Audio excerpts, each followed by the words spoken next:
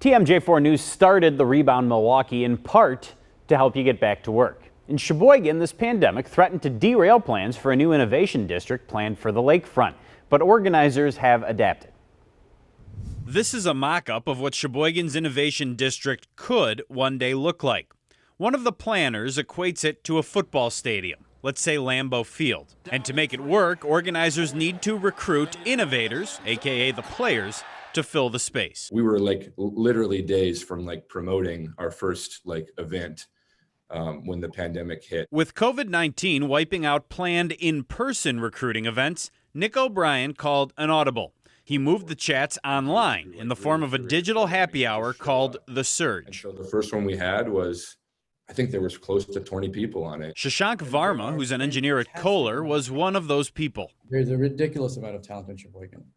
And that's what we're trying to unearth. And via video conference, some of Sheboygan's brightest minds started brainstorming ways to get through this pandemic. What we're greeted with is this heaping pile of new problems to solve. And those types of environments are going to be environments where those types of people, those innovative people actually come to the surface and they're like, I've got an idea. O'Brien says those discussions also influenced plans for the Innovation District going forward. He says it'll now be less about office space, more of a place for developing prototypes and new programming. The engagement with the Surge has allowed us to get closer to the audience that we're trying to engage with. And just starting those conversations, we've learned a lot more about what is needed and what is not needed. So here's your Rebound rundown. Planners behind Sheboygan's Innovation District adapted to get back to work during this pandemic. In-person discussions were shifted to video conference and helped to bring innovators and problem solvers together.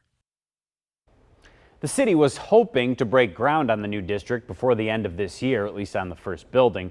Its planning director says the project has now been pushed back because of coronavirus, but also because of the pandemic. The city is now eligible and able to apply for federal money under the CARES Act, which would cover about 80% of the cost of that first building. Now, if you're looking for a job and want to see what's available right now, maybe you need help if you're a renter looking for resources in that regard, we have all those resources available for you. We've compiled them all in one place at tmj4.com/rebound.